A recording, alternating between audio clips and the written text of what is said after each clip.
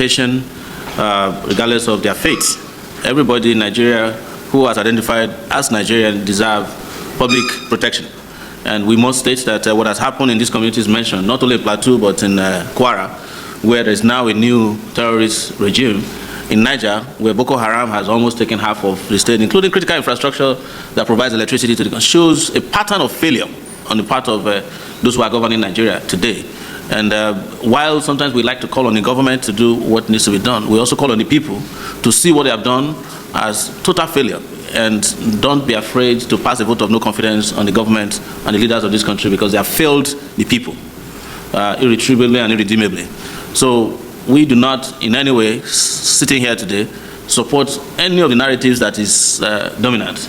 We do believe that every Nigerian citizen deserves protection, and anybody who has identified himself as committing genocide or ethnic cleansing should be treated as such. And in some cases, when necessary, handed over to appropriate international communities where they can be taught global lessons. And this necessarily might include Nigerian officials who are aiding and abetting them. Because what has come out clearly in this is that we don't have a crime of this magnitude in Nigeria without official collusion. There are people who enable them. One doctor who is a weapon expert reached out to me, and he was mentioning the kind of caliber of guns that are being used in these genocides. And they are not just military grade, they are ballistic grade weapons, particularly bullets, that can penetrate houses, that can kill up to 30 people at a time. They are using highly powered, well-trained snipers. And one thing we would like to warn Nigerians about is that whenever we take these things for granted, just take it that one day it might be your house. Your turn. It might be your turn. It will be your village that will be raised down by these marauding killer squads that are traveling across Nigeria.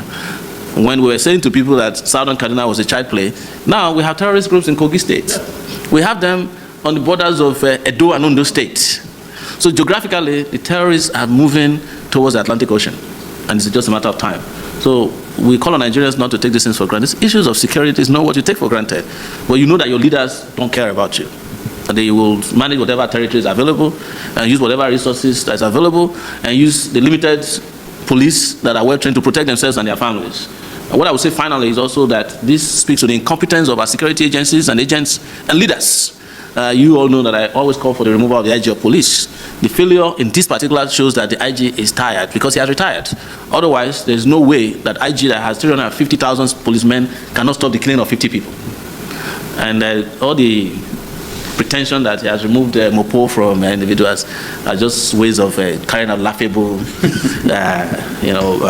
pretentious, what I would call a very superficial, and quite honestly, very ludicrous and foolish response to a major problem. You don't need to tell us that you have removed Mopo from VIPs to know that maybe the only VIPs they removed Mopo from are the ones who have refused to join the APC. The APC ones, I still saw them today. Their Mopos are intact, if they have not even had more since the IG spoke about this. So, but it's not a superficial solution. And this also extends to the military guys who are claiming that they are resolving these problems. What we are hearing is that the problems are escalating. The terrorists are getting emboldened, they are killing more people. They are taking more territory, they are taking more turf. And we just have to call on Nigerians to brace up for this and make sure that they push back, not in terms of killing or engaging in the type of things we saw where individuals are rounded up and killed by mobs. That's not what we are preaching. We're not asking for mob justice. We are not advocates of mob justice, but we're advocating for firm response to failed leadership in the country. Thank you very much. Insecurity in Nigeria is because out of the about 350 policemen that we have in the country, almost 200,000 are fallen big men, Yahoo girls, Yahoo boys, and all kinds of people they call VIP all over the country. That's the reason why we have insecurity. Yes, vagabonds who have access to cash. Anybody that has access to cash can hire police. Go to a nightclub in Lagos or in Abuja, you see young boys with 6, 7, 8 Mopol going up and down. All the celebrities in Nigeria have Mopol attached to them. All the governors have Mopol attached to them. The deputy governor, their wives, their girlfriend, their concubines, all have Mopol attached to them. Side chicks, all have Mopol. So this is the reason why we're having insecurity in the country. So let's stop beating around the bush as if we don't know why they are killing people in Benue, in Plateau, in Kwara, in Gombe. Because there was an incident in Gombe as well. It's because there has been a collapse of policing in the country. The police are now busy looking for money. The other 150,000 that should be policing internal security, they are collecting bribe on the road. So nobody is really policing in the country. Nobody's policing. That's why we have insecurity in the country. The police have abandoned their constitutional responsibility of policing, and all they're interested in is revenue generation to maintain the divisional police heads. Because the money meant for the divisional police heads are stolen by some people. So the DPO now has to find a way to fuel the car for patrol. So they need to find a way to fund the police stations. If we address corruption, insecurity will stop.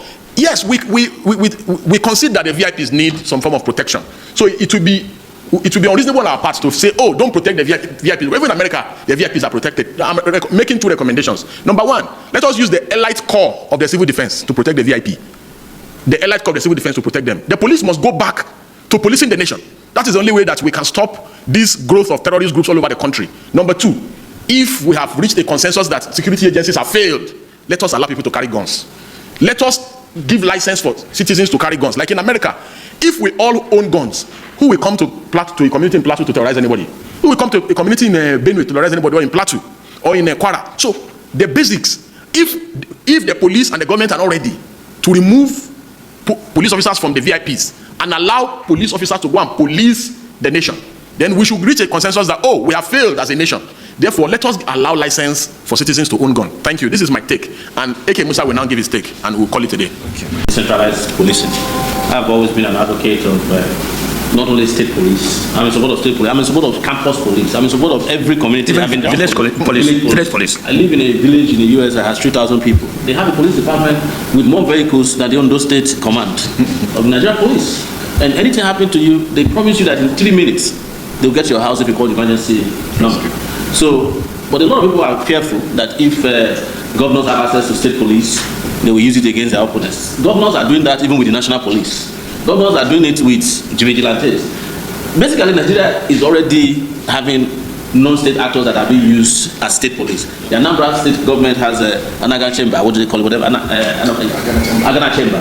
The Ondo state government has what they call Ondo state has Amotekun. The Southwest has Amotekun. But where the question lies is not just having state police, it's equipping them and paying them and training them properly. And that's where the federal government comes in, to be the regulator of all this policing across the country. Such that if, for instance, a police unit and a state goes rogue, the federal police can come in and take it over, investigate and purge that. But we need policing at every level, at every level of any community, because people police themselves better when they know who their policemen are.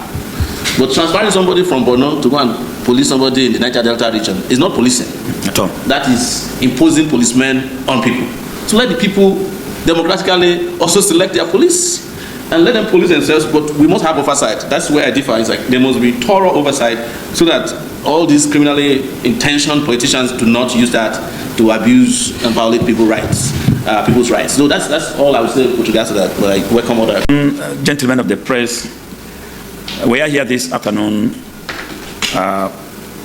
to address a press conference on burning national issues that borders on, most specifically, insecurity.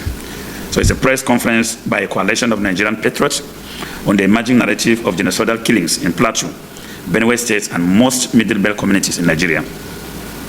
In recent weeks, gruesome killings have escalated across Plateau, Benue, Nasarawa, Kaduna, Kogi, Kwara, and a few parts of the Northwest, with coordinated attacks, destroying lives, property, and livelihoods.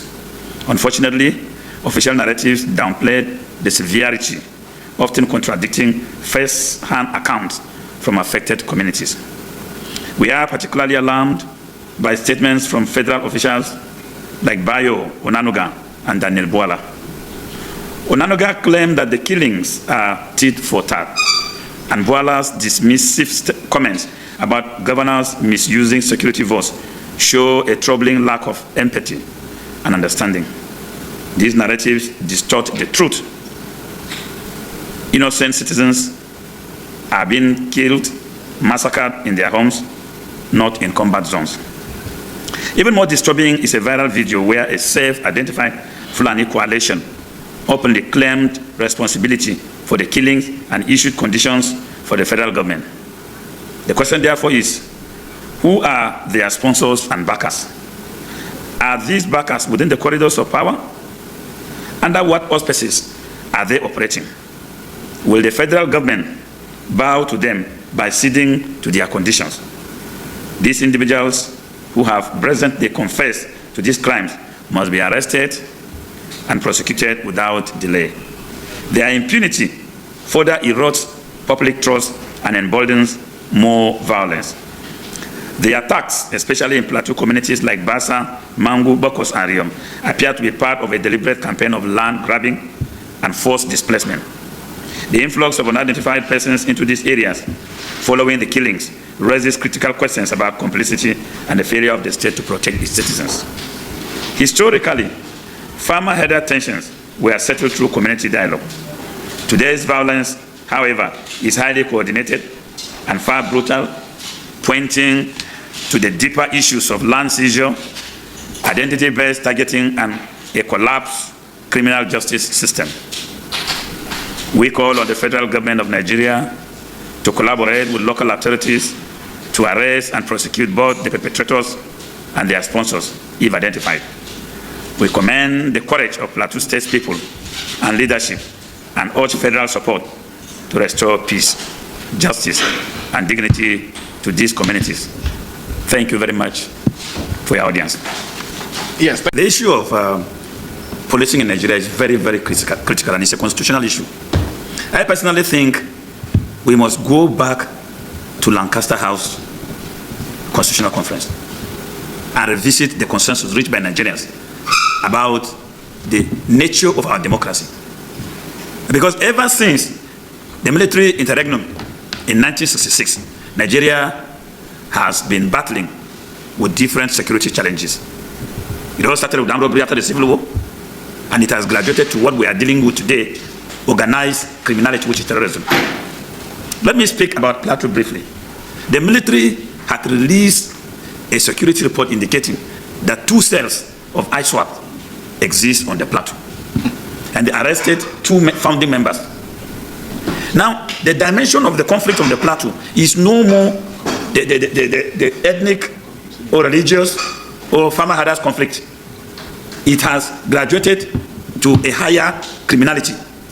And the intentions of those who are attacking, killing, and displacing people is very manifest. It's just they are trying to replicate what they did in Zamfara. In Zamfara, majority of the population has been sacked. They are now refugees or internally displaced persons in metropolitan cities, while the rural areas have been taken over by these bandits with foreign nationals mining comfortably there. The same thing is happening in these areas in Plateau. If you take Bokos, Bokos is very, very rich in forests. Bokos also has huge mineral deposit and Bassa. So it's not mistaken that these things are happening there. They could be test grounds. And so calls have been made to the federal government. But I think I align myself with my brother Deji's submission. If the state cannot protect Nigerians, the National Assembly with a voice vote should amend the constitution to allow Nigerians bear arms. After all, it was a voice vote they used to declare a state of emergency in Rivers. Let them assemble. They don't even need the quorum anymore. 10 of them, just like they did in the Rivers situation, can assemble with a voice vote and then amend the constitution so Nigeria can bear arms and protect themselves. But these killings cannot continue like this. It must stop. Thank you. So we that is Sowore, Deji Adeyanju, and Solomon Dalon. You see, the problem of this country, number one, we don't have enough of police. We don't have enough of police. Secondly, the little one we had, like they said, they've been attached to these celebrities, politicians, businessmen, and businesswomen. If you have even Yahoo boys, working class boys, sorry. When you have small money, you need the attention of the police just to protect you, right? Because the country is not safe. Yes, in other countries, they protect themselves. They have VIP police, but it is not the way we abuse it in Nigeria here. It is not the way we call the attention, because all the country is not safe. Traveling from one state to another is not safe. It's risky. You need the attention of the police for you to pass through. Because of what you are carrying, you need police or soldier for you to pass through those checkpoints, right? You want to travel, go to your villages, so the country is not safe. You need the attention of those people. And meanwhile, the police, that's where they make money. Yes, the police you are seeing, that's where they make money too. They police preferred to give you this VIP police to do whatever you want to do because that gives them money. That's where they make money. You can imagine the police attached to these celebrities, how much they are paying monthly or daily. And if you have an event, you want to travel, you need the attention of police, 2-3 police, you need to go to the office to go and register for them to allocate those police to you. That's where they make money, isn't it? So because of that, where there is insecurity, the states where they need those people, police soldiers to function, they are not there. They are short, lack of manpowers. They are not there. Even those that are even there sent to go and fight, they don't have ammunition to go there to fight. They don't have ammunition. We see some videos circulating where soldiers said they are ready to go fight. Even some organs are even telling them not to go and fight because there is connection. Ask them not to go. Secondly, they don't give them ammunition to go. Nothing. You're asking them to go and use their mouth to defeat those people with AK-47. It's not going to work. All boils down to the failure of government, because government has failed in their primary responsibilities. That's what brought this problem, or why we are here, brought up to this point where we are talking about insecurity problem here and there, and it's not ending anytime soon. Do you understand? And now, if you have opportunity to travel to those countries, they value lives and protect lives and properties. They put the lives of their citizens first. The country is safe. You hardly see people, those celebrities, going about with soldier, with police, because the country is safe to an extent. Yet there are some level of persons that use the police and soldier, or there are some countries or some states you want to go. Those police are being used just to make sure, because of the crowd, to control the crowd, because of your popularity. It's not even for say because you are scared or somebody is going to come behind you to do one of the things, just for them to control crowd. But our hope is to protect you, isn't it? Because the country is not safe. Anybody could have come from behind and do stuff you understand? So that is the problem. And now Adeyanju, or even you guys, the best thing is state police. Do you understand? State police. Anybody calling for federal government to legalize a license, to give everybody license to carry weapon, to arm themselves with guns, weapon, whatever, so that they can defend themselves and against this insecurity. That one is a waste of time, is a recipe for disaster. That one itself, it will lead us to war, disaster. It's going to be disastrous. Do you understand? I'll tell you why. Because at that time, you should know the country you are living. You should know the Nigeria. There is no law. There's no law. People will misuse that opportunity. People will misuse it. Innocent people will go down for it. The target will never be, you will never get the target. Innocent people will go down for it. After all, at that time, even if your girlfriend offend you at that time, we've seen some places before now. Some girlfriend offend some people, they use cutlass, they buy them, they do this, they do that. They don't even have guns. They don't have licensed gun out of annoyance. So you can imagine you not give somebody a license without annoyance, license, and the girlfriend offend him, collected money after sponsoring the girl in school without annoyance. You can just come out with your AK-47, shakabula, you release, you buy the person because you are angry at that time. After all, you have a license to carry gun. We need to think outside the box. So calling for self-defense, arm yourself to defend yourself against this insecurity is no. It's not going to work. It will lead us to disaster. It's going to be disastrous. Do you understand? So government has it is the primary responsibility of every government to protect lives and citizens. I know, because the insecurity is overwhelming the federal government, because the sponsors of these different groups are in government. Government knew them. They know these people. They don't want to do something about it. They don't want to bring them to book. They don't want to discipline them. They don't want to discipline them. They don't want to punish them for their offenses. They are being pardoned. They are in government and working to destroy lives and properties. That is the problem. Federal government knows some of these people. Imagine some of them are in government. That is the problem. So state policing will be fine. The effort that some governors are putting in place now to recruit different vigilante groups in different states now. They say efforts the government is using to do that. It is the state government that is responsible for that, is paying them. If federal government make it compulsory, state policing, that effort, the federal government or the state governors now will now have power to recruit more police, recruit more police, then including more vigilante to secure their borders, to secure their lives and property, their citizens. Federal government, the state governor will now give them that power, ultimatum power to fight. The law in every state will be different from each state. The law from this will be different from each other, because state governor now have power over the police, to control the police give them that marching order, do this, because I want you to secure my border to sit. But if you are waiting for federal government to make orders that will govern, that will take care of every state, it is a waste of time. A lot of things state governors want to do because of fear. You need a permission from IG, you need permission from federal government, you need this. Before you get that authorization, time is gone. Your citizens would have gone. Do you understand? I know then they are also not they are also scared that the governors will use it against them. Even with now federal police controlling they are still using it against themselves. Some governors are still controlling them in their state. Do you understand? So state policing better. Do you understand? Calling for self-defense. Everybody should arm themselves to defend themselves. Recipe for disaster. He said, no, it's not going to work. So state policing, it will work, because I see no reason why you should bring somebody from the north who does not understand, know the terrain in Edo State, to come and be the commissioner of police in Edo State, or to go to Imo State to go and be. He does not understand. He does not speak the language. Does not understand. You just bring him because he is qualified. Is up to the level. Then you are pointing to go there. Somebody from Edo, somebody from there to go to the north who does not speak Hausa language to go. No, it cannot work. Do you understand? So all these things, it will go. Now imagine, the problem here again, yeah? Listen, a country where you said Boko Haram, all these people, the military, they are tired. IG is tired because he's retired, he refused to retire.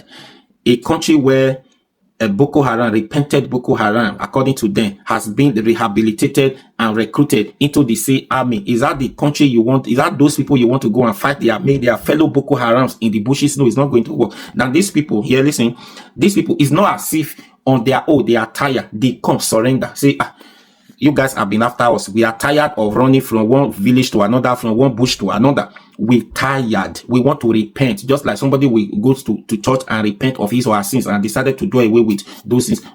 These people, the military, according to them, they catch those people. They were caught on the act. So instead of them to discipline them, to punish them or their offenses, then they now took them to rehabilitation center, rehabilitate them. According to them, rehabilitate them. They said they now repented. They have been rehabilitated. They have repented. They now recruit them into the same army to go to that same bush where their fellow Boko Harams are, to go and fight. How? Who does that? How is it going to work? It's not going to work.